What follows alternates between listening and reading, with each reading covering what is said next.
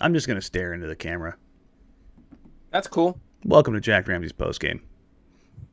Screw these guys. Blazers lose to the effing Kings. Oh, we're hot. We're live. Oh, yeah. That's so we're just gonna go in with that. Okay. 125, Well, hey, 121. cheers to us, the idiots that keep caring about this team. Shout out to us. What's frustrating here is I knew this was coming. Look, I'll admit, I'm a man. I'm not 40, but I admit when I'm wrong. I'm a man. I'm almost 35. You were right. I probably talked you out of maybe going the logical step here, but they won 4 games in a row. You are playing a team that just fired their coach and then played like absolute dog crap the next game. They didn't have Rashawn Holmes. They lost Harrison Barnes. They lost Fox. They lost Fox to an injection. Like, everything was teed up for a team that considers themselves contenders or considers this a legit team in the West. And they lost. So I have nothing else to say. I poured myself a big stiffy here. Happy Thanksgiving Eve. And dear God, I wish I could get that time back. I don't even know where I want to start tonight. I'll be honest. I don't even know where I like. Do I want to address the stuff post game where people were already talking about like being mad at Damian Lillard taking bad shots? Like, okay, we'll get into that real quick. Damian Lillard scored. Let's not go into that, man. You don't want to go into that. No, Damian Lillard scoring 30 on 18 shots. Guess what, folks? That's fine. Danny, nobody is sitting here. Nobody, honestly, that watched that game is going, you know what tonight's problem was? It was Damian Lillard. I always have to address the ridiculousness of stuff. It's like, sometimes guys, you don't, though. I have to. I have to check the stupidity. It's that's a sickness. It is a sickness because like when I see something so far out in left field, like there's so much inane shit to be mad at about this game. Damian Lillard having a few bad shots after generating a truckload of free throws and converting all but one of them is not one of the damn things I'm irritated about tonight.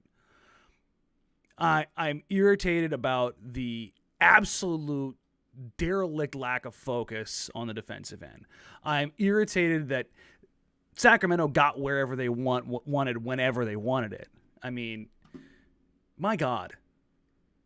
They shot 52%, and if they actually had anybody outside Buddy Hield hitting threes, they would have scored 150 tonight. Actually, I think Bagley is the only one who hit more than one. Hield was 5 that iced the game. Yeah, Hield was 5 of 11, but Hallie was 1 of 6. Fox was 1 of 3. Len hit a bleeping 3. Harkless, Mo hit 1.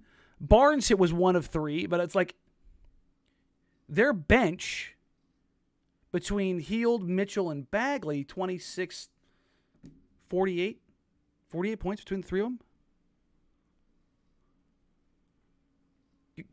You're shitting me. The Kings. There's just no excuse for that. And is this whole, well, they don't have the energy on the road. Grow the fuck up. Seriously. You're a veteran NBA team. I don't like just like throwing that out there, but like this whole, I'm so tired of the shit of they just need to have some accountability and figure it out. No, here's what it is. Dudes that haven't played defense for 10 goddamn years are not going to start playing defense. There you go. Ding, ding, ding. I don't give a shit who the coach is. I don't care. I don't care. Cheers to that. I don't care. I don't care. I don't care. And having a 6'1" dude, a 6'3" dude, a 6'2" dude, and a 6'3" dude as your 1, 2, and 3, not enough.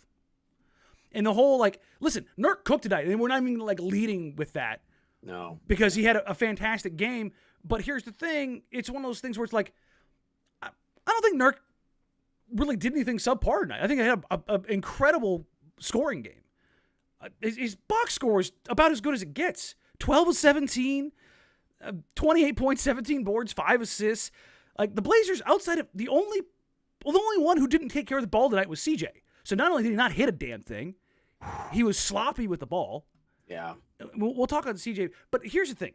This is what's posted currently on Blazers Edge right now. If I told you coming into tonight's game that you got 60 points, 26 rebounds, 15 assists between Dame and Nurk. What's the outcome of tonight's game? If you just told me that, nothing else, I assume the Blazers win by 12. And even if you take in Dame's poor shooting, they're 19 of 36? 36 shots for 60 points. Yep. The offense is not the problem.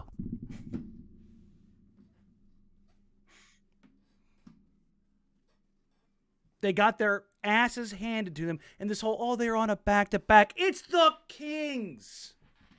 And there's enough of this. Well, everybody matters in the NBA. It's the respect. It's like,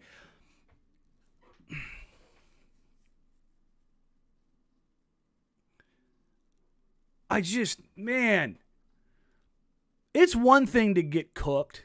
It's another thing to get cooked, fried, fricasseed, burnt, destroyed, just made to look of 125 points by the Kings on a team that shoots okay from three, but they shoot 52% from the floor. And the Kings are normally a team that gets a lot of ball movement, but they didn't need the assist tonight. You know why, Brandon? Oh, the seas parted. Same thing as it always has been on the road. The seas parted. And it's just like, the Kings got 60 points in the paint. The Blazers had 58. Great. You kept up with them. Just, at what point? John McGee's got a great point. Like, it's hard for me to get too upset about this when you see this move for 6 years. I'm not upset about this game. It's the last 6 years. That's coming into the season why I was so irritated when they didn't make real moves. Yep. Because it's not just a small tweak. They can figure some stuff out. This isn't the Phoenix Suns. This isn't the Utah Jazz. This isn't the Warriors of this new iteration. Mm-hmm. Like, we just need to see some tweaks. We need to see something different. Like, just little, if we do this, we do this. We know what the flaws of this team are. When they're firing on offense, they're a nightmare team to deal with. And the thing was, they were kind of firing on offense, and they scored 121 tonight.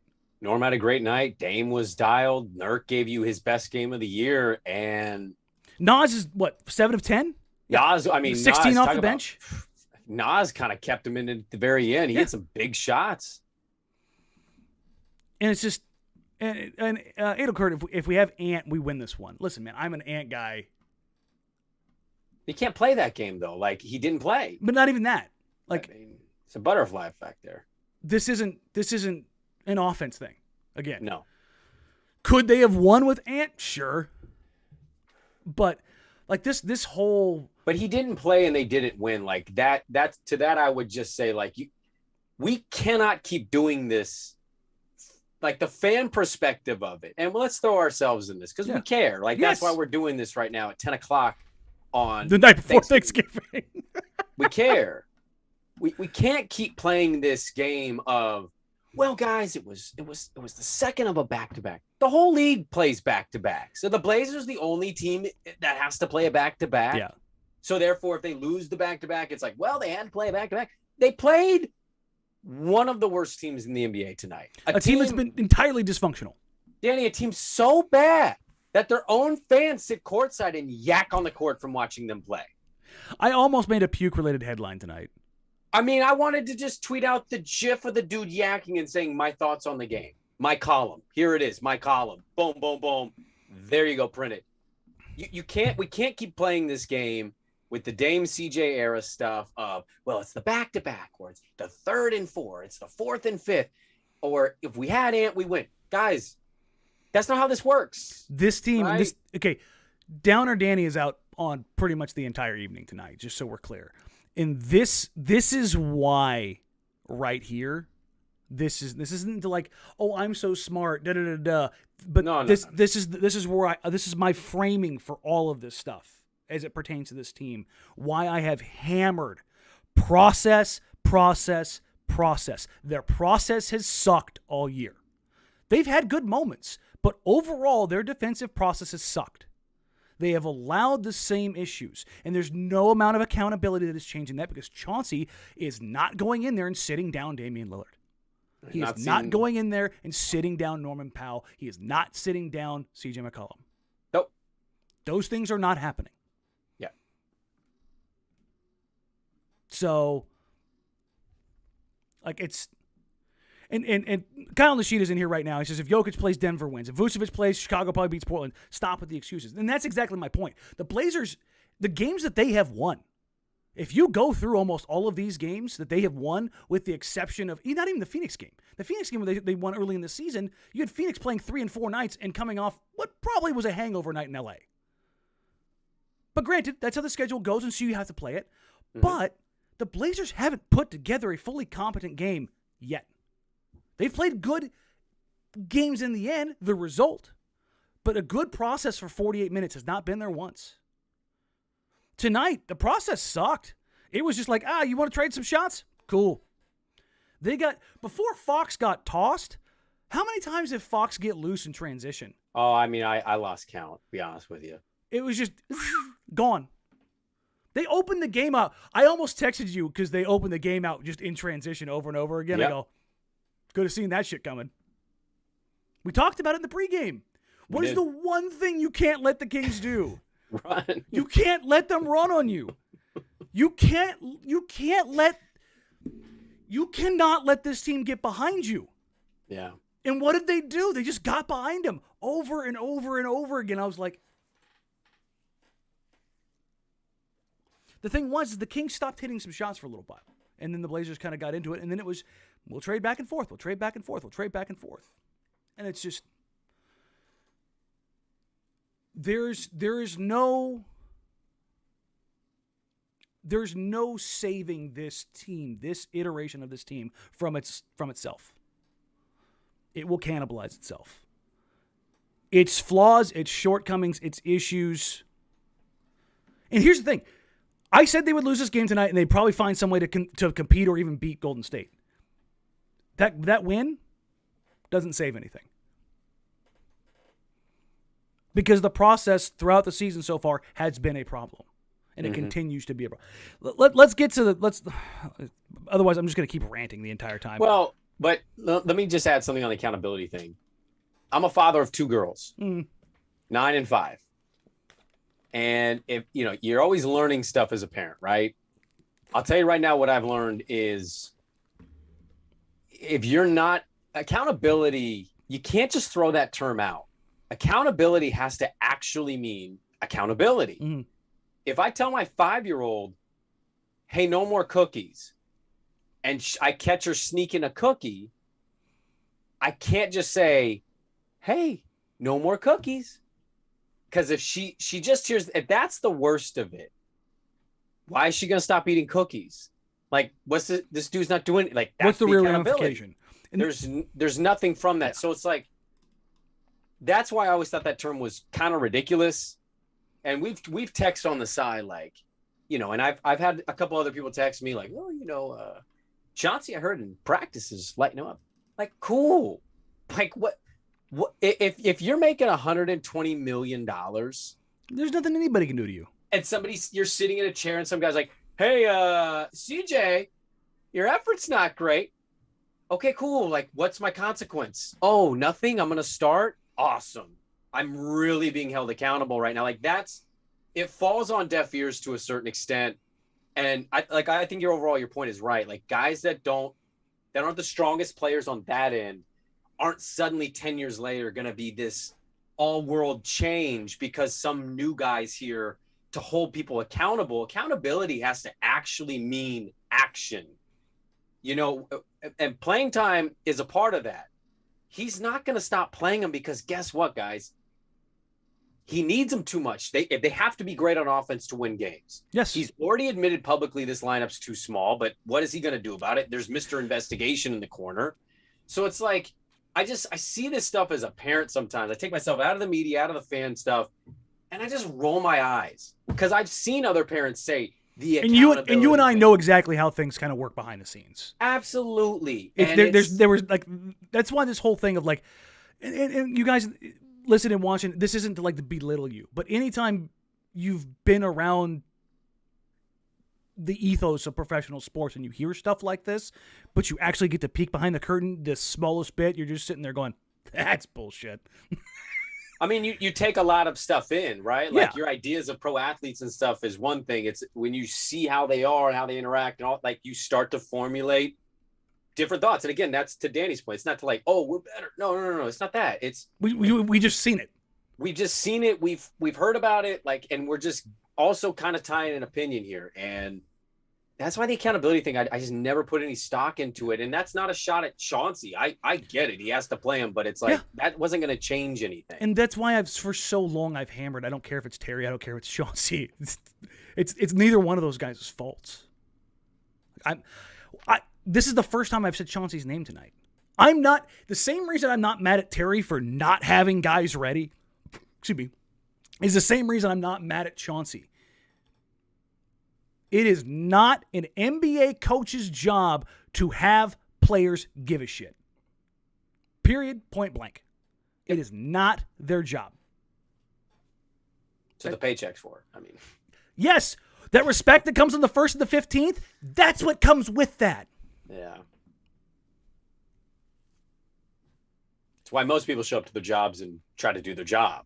It's because they're getting paid to do the job. I'll tell you what, I've got one here for you that's going to piss you off. Headline for tonight, Blazers get Gentry fried.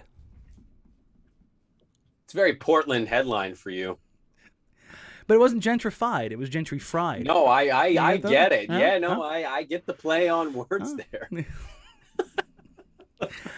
I went away from the alliteration. At this point, I'm becoming the dead inside human being. Yes, welcome.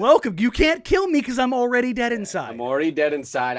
I've got whiskey here next to me, and you know what? It's a great headline. I'll give you a lot of credit. It kind of sums it up, to be honest with you. It's to watch that team without those players at the end do that was.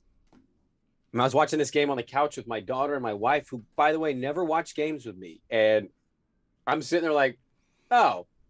Well, they're down 2. Dame's going to hit a 3 here. Basically thinking, dear God, please hit a 3 here because this can't be happening. Please God. And you know what's funny is a minute later, my wife and my daughter, can you stop? You're jinxing everything. And I was like, okay, well, this is the point of my life where I'm dead now. Yeah. No, that's perfect. Gibbo says, you say Billups thinks the lineup is too small, but that day he closed the game with Nurk on the bench. Use some logic and arguments. Gibbo, this isn't like us saying that Billups thinks. Chauncey Billups flat out said they go into every game with a size disadvantage. No, that they are too small. I don't know how he misinterpreted that. That's not us kind of reading between the lines. Chauncey Billups flat out said this. I think he said, I can't, I'll get up the exact quote, but it was something to the effect of, what do you want me to say? We have a size disadvantage every night. We have size disadvantage every night. That's what it was. Yeah. They are too small. Yeah. That's and the reason he is closing without Nurk, it has nothing to do with size. It has to do with switchability. Because they know that those small guards, they die on screens. So instead of having them navigate screens, you switch them. I mean, it sucks to have Norman Powell defending Aaron Gordon. I'm just going to say that. I mean, it sucks to have Norman Powell defending any threes consistently. Like on a switch occasionally is fine. Right. But having to take on that assignment, like having him on Harrison Barnes or Marvin Bagley or like a situation like that, a dude who's 6'8", 6'9", 6'10", like what the hell is happening? And for all of this, like, well, just like the cup, we'll get into the cup thing. I'm stupid. All right. Let me see. We'll just go line by line. Damian Lillard finds a way. He finds a way to score. 32 points, 10 assists, 6 rebounds. Monster box score night. 30, 10, and 5, and people were complaining about Damian Lamont only bleeping Lillard. Shut up. That was not the issue tonight, for the love of God. Is that what you do when you read tweets? Yes, that you disagree with? You're yes, just like out loud, like stop. When it's that sideways, yes. And here's the thing, like,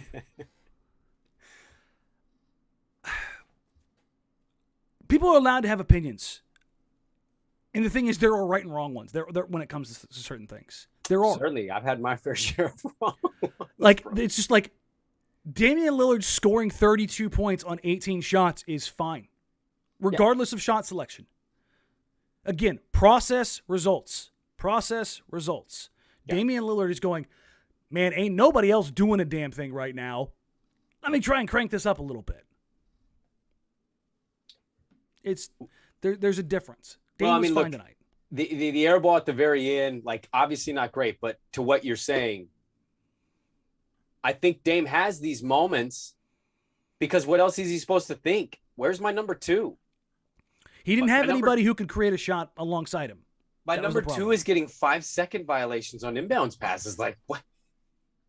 This is first-year player stuff, and this dude's, look, not to say that you have to be perfect every game, but my point is, like, sometimes Dame probably has this, like,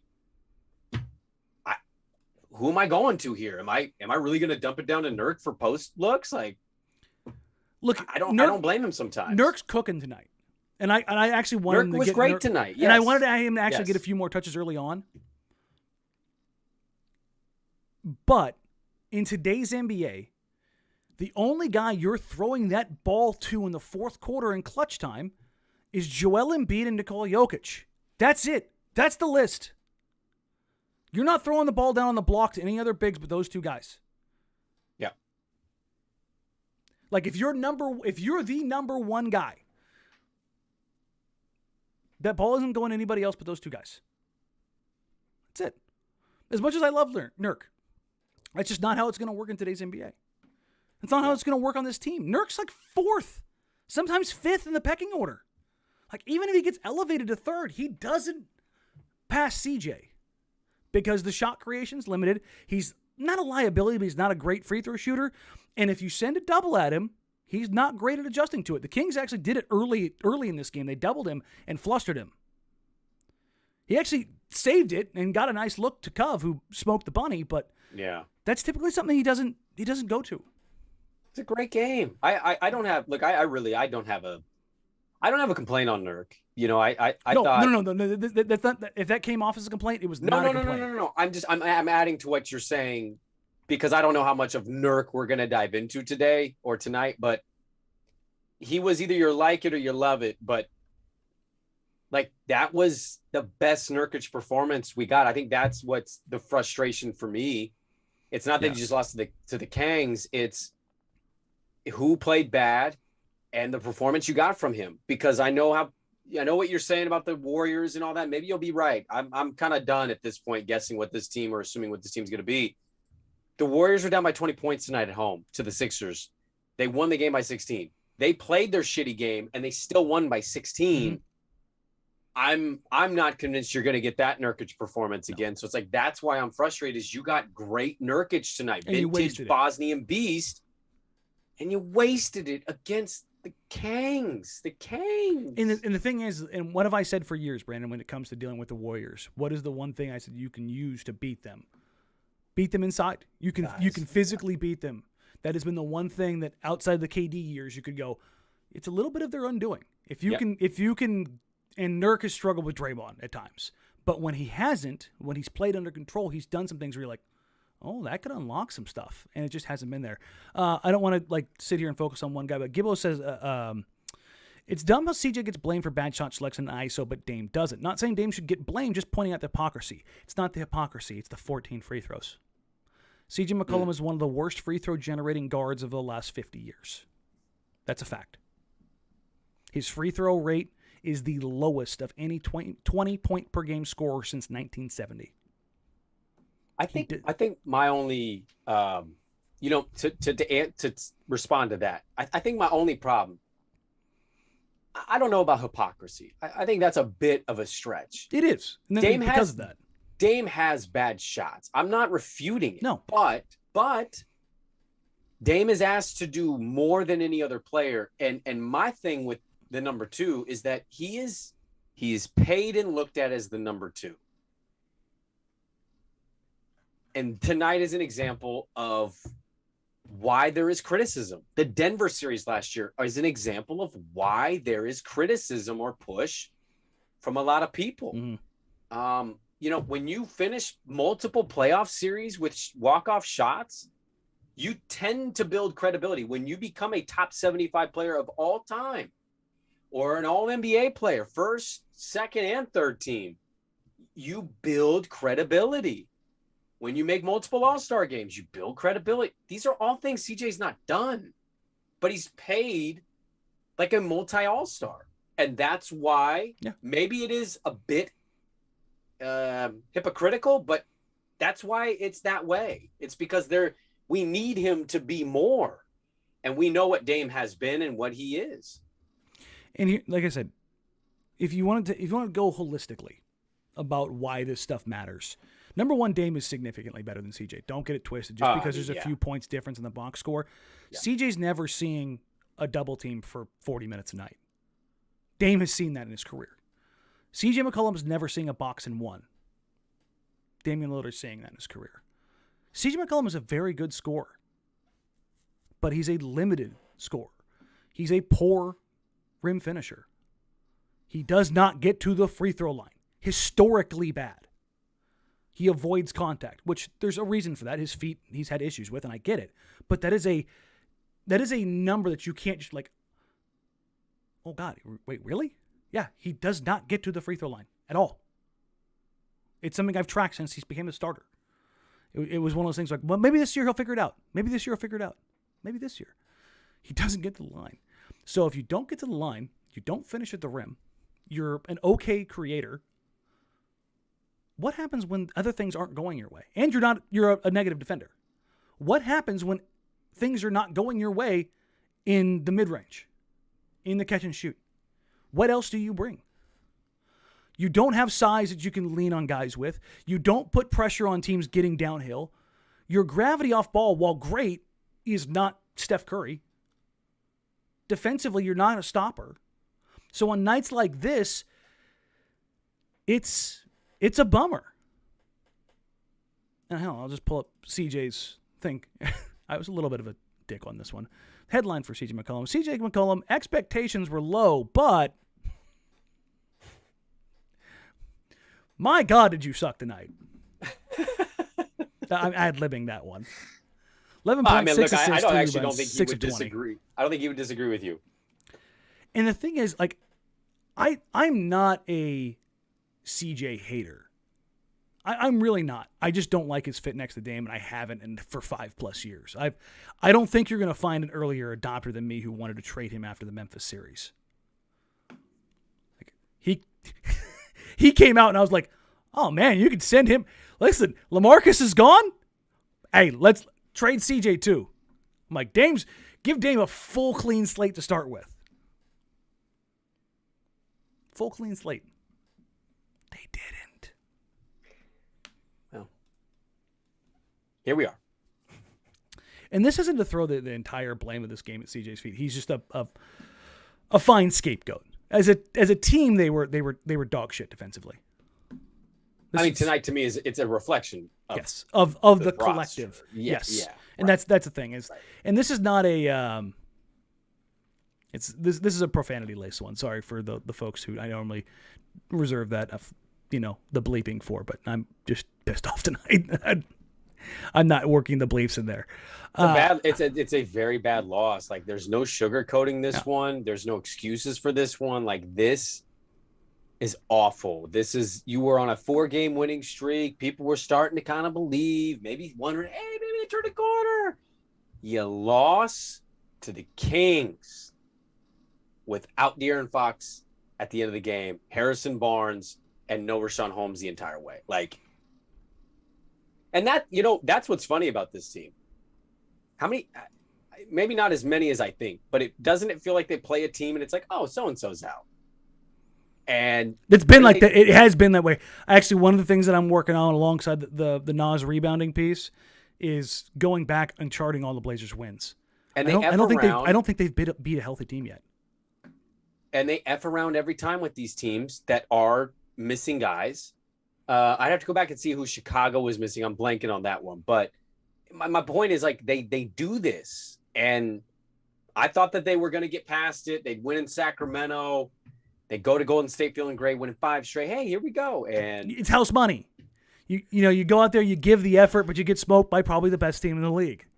And I don't even think they look past the Kings. That's what's sad about this. I don't think they did. I think they just straight up get beat. They're an awful road team. And here's the other really frustrating part of this is, as much as like, well, they're on a back-to-back. Number one, it's a short trip from Portland to Sacramento. Number two, that's like an hour flight. It is. And they put that game away last night early. Yeah. Nobody played heavy minutes. No. So, like, I'm not using that. Like, I'm done with that. We both agree on that. That is not there's not an excuse for this. There's just not. Let's give somebody some love, man. The Lakers were down double digits to the Pacers tonight. LeBron is in year mother bleeping 19. His team sucks. Calling out people, telling him they hope his kid dies. And he found a way to get them back in and then win the game. Like, at some point, we got to just – everybody faces this stuff in this league, man. I'm not going in on excuse making here. Somebody who's not making excuses tonight, the ididmyjob.com award goes to Jusuf Nurkic, 28, 17, and 5, 12 of 17, took advantage of mismatches. There were times on the catch tonight from Jusuf Nurkic where he resembled Bosnian Beast-esque form. I had Nurk fever for like 20 minutes tonight. He caught one on a roll and squared his shoulders up. Instead of getting cute, he got that and one finish on the other side, and I was like, yep. Where the hell has that been? It was controlled, paced, strong. Everything about what he did tonight was effective. Mm-hmm. And if I'm Nurk, I'm probably sitting there going, yeah, how about you give me the bleeping ball? Granted, he should probably rein that in a little bit. But I told you this before we went live, and I'm going to go into it now. I think there's a correlation between Jusuf Nurkic getting his looks and CJ McCollum going, well, if Nurk gets to go, I get to go. And I think there's been 3 games now where Nurk has taken that shot early on that immediate post-up and looked for his shot. And I've seen some... I don't know. It's just a feeling. This is not a... I was going to ask if you had numbers or is this No, this is more of an anecdote than anything else. Okay. Like, I'm going to dive into it. Here's the great thing. I got 2 days off. I'm going to watch so much tape. I'm going to be so pissed off about these last couple games. Well, I'm going to wake up and gamble on the Chicago Bears to lose to the Lions. So we're going 2 different directions in life here, my man. Yeah, no, I refuse to watch football tomorrow. Those games are going to be so bad. Listen, I love football, but those games are going to be so bad. We can finally legally gamble on Thanksgiving, and you're refusing to do so? That doesn't mean I won't gamble. You don't watch your bets? I'll watch it on my phone. Go to whatever you're going to say. I'm actually more disgusted by that comment than the Blazer performance today. But again, this is just an anecdote of something it feels like happens when CJ watches Nurk get shots and like, well, if he gets his, I'm gonna go get mine. And instead of the ball kind of getting that pop that it gets off the Dame Nurk pick and rolls, it stops. And that's part of the issue with feeding Nurk in the post when he starts cooking. Yes, it's good, but it's very, and this isn't a shot at Nurk. This is more just like the nature of it. He's like, I don't get these touches very often, so guess what I'm going to do? I'm going to cook. When I'm rolling, I'm going to roll. But there's a difference between that and the idea of working the ball around but then getting it back and then getting a shot up, which more often than not happens within the regular flow of the offense for guys. And granted, Damian and CJ are getting the lion's share. There's no doubt about that. But when I watch it, I go, everybody's sitting there just watching Nurk post up. There's no actions on the backside because, and this isn't a Chauncey thing or a Stotts thing. There's a reason why that they don't typically run a ton of actions when Nurk posts up, which is what, Brandon? Nurk's gonna shoot. Yeah. Now, if you get him the ball at the elbow, you let him do some stuff up there, then I think you can encourage some passing. But if he gets a deep seal, ladies and gentlemen, he's going up at that shot. And a contract year especially, you can just kind of tweak that up of whatever percentage it was. Yeah, I mean, they've kind of had, you've mentioned it before, and you've labeled it the vibes thing. We've talked I mean, ad nauseum about the starting unit. But, I mean, what are they in with Nurk and Damian CJ? Is this year 5 or 6 with them? 5, right? 16? 4.5. 16. With Nurk being out. Oh, that's right. Yeah, Nurk he was missed. basically out for Yeah, a little more than a year. Okay. But they've been around each other a long time. Even when he was not playing, like he's still involved in the day-to-day, pay him here. There's an element to me that I wonder if you're dealing with a lot of stubbornness, a little bit of selfishness of a group that somebody should have stepped in and said, hey, yeah, but nobody did. It was like, hey, guys, keep figuring that out. And they have a lot of those games this year, right? They've had some good moments, but they've had a lot of those games where you just can kind of feel it. Nurk wants his. CJ has to get his. You know Dame's going to get his. And, oh, by the way, that's more of a business side than anything else, too, for anybody out there who's like, well, everybody could just do. No. Guys got to where they are doing what they do. But it goes, yes, I agree with you, and I also disagree, because going back to what you said about CJ, that if he's not hitting the mid-range, you know, if his stuff is not going the way we know it can, what do you do? Isn't that kind of on the player, that if one dude's cooking, the other guy has to say, well, this isn't going to be my night, but how can I impact this game? And that has been the trigger. That has been the trigger with Nurk, is that on nights when other guys are getting more touches, even through his frustration this year, and where I should be giving him more credit, he has done more little things. He has continued. This is going to be a little bit of backhanded. On nights when he hasn't gotten touches, he has mostly screened very well and rolled hard. There have been times that's a backhand. That's a great compliment. Well, mostly, and that's to say there are times you can see where he's like, I'm not getting the ball, so I'm not rolling. Like, you can see that. Sure. And to an extent, I get it. Because there were times tonight where I thought Nurk wanted to pick up CJ and put him in the stands. He rolled a couple times, and he was like, dog, I'm cooking. And CJ's like, nah, I'm going to put him in the blender right now and then make it rain. Clank. Clank. Clank. Those nights, God, my nose itches. Those nights are the nights when so much below. I know, right? I'd have way more energy right now if that was the case. It'd be kind of frightening to see you after a Kings loss on blow to talk about the Pacers. Oh, welcome into the show. Like Bobcat Goldthwait, just completely gone. Kevin McCarthy, 2 a.m. in Congress. And let me tell you something else. It's like, whoa, what do we got going on here, big guy? What do we got going on? Yeah, it's one of those things, man, where I get the frustration at times, particularly when it comes to CJ. And you can talk about Dame taking the lion's share. Listen, man, like, there's not an apex scorer in the league that doesn't get that. It doesn't exist. Like, everybody talks about, well, Steph's a very unselfish player. When Steph is cooking, guess where the ball goes, ladies and gentlemen? It goes to one place and one place only. It may go 6 other places before it gets there. But he knows it's coming back. He knows that thing is coming back every single. When Klay Thompson is cooking, where is that ball going? It's going right back to Klay. And Steph's like, hey, I got you, big homie. When Steph throws that pass at the top of the key to Draymond, he doesn't give a shit where Draymond goes, because he's like, oh, let me run through 3 screens because I know I'm getting this ball back. And Dre's like, hey, man, hurry up and get back there. Draymond's like, hey, Wiggins, get out of the way. Yeah. Go set a screener. Get out of the way. You know, it's just. So Nurk gets his flowers tonight, and somebody asked a question in here. I almost don't want to ask it, but I kind of do. Okay. And it was the gist of it. It's scrolled past already. Is the idea of, is Nurk happier with his stats tonight and a loss than 6 points or 6 shots and a win? And I think that's going to be and I don't think we can answer that. I mean, we can't. But we can't. I mean, I'm just saying.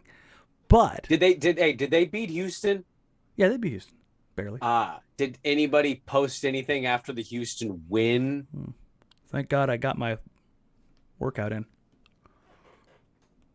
Look, I think he's happy with the a win. I do. This isn't to say he's not competitive. But if you told me he was getting on that team bus, heading in down to the Bay Area, and kind of happy, I wouldn't be shocked. If he had a little pep in his step. Hey, guys, we'll get him next time, huh? It's like, oh, must be happy with your 30-17. Brendan Dunbar says, Danny, you left some donut powder on your beard, dog.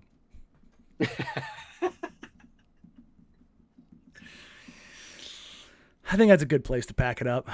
I'm with you there, man. Like, hey, let me just say this, because there's a couple people that we've read that obviously disagree. That's okay. It is.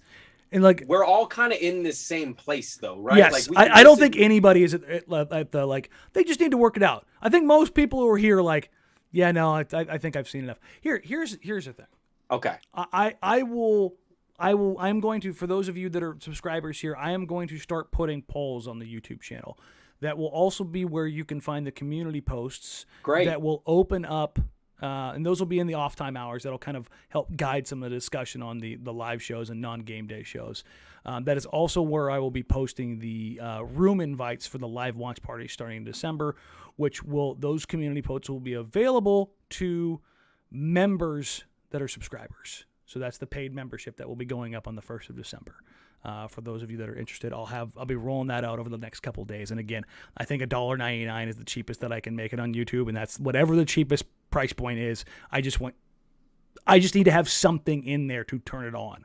So I don't want, it's not the Tyrell's asking when's the flare. That's when I turn all that on. That should be on the 1st. So, and that'll have the access to the live watch parties. That'll have, we're allowed 200 people in the live watch parties, which I would imagine we're going to get pretty close to pretty quickly. So, but yeah, I'll put that in there. And one of the things I think I'll put in the poll is, some version of where a temperature taken. Where are you guys at?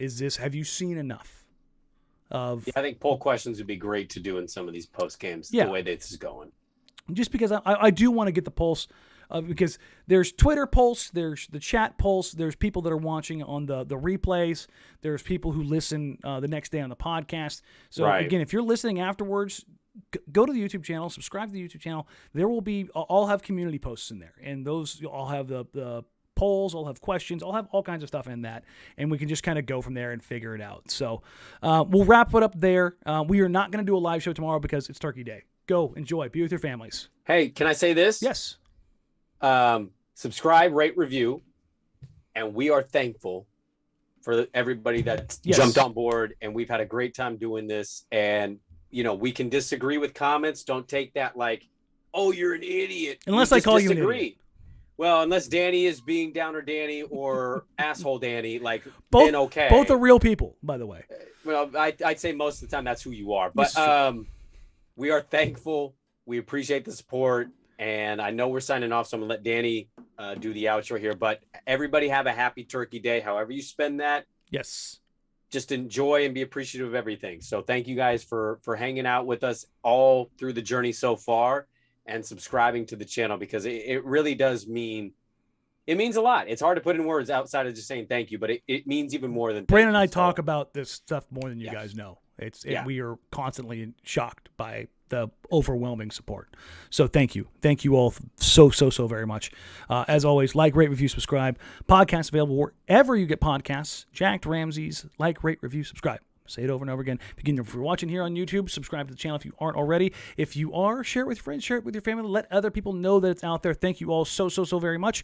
We will catch you all later. Back on Friday against the Golden State Warriors for a pregame show, and I'm efforting to get a Warriors guest. And maybe I'll get one of the Warriors outsiders, one of my old cohorts, and we'll go from there. For Brandon, I'm Danny. You can find us on social media at Danny Marang, at Brandon Sprague, at Jack Ramsays. We will catch you all then. Take care. Talk soon.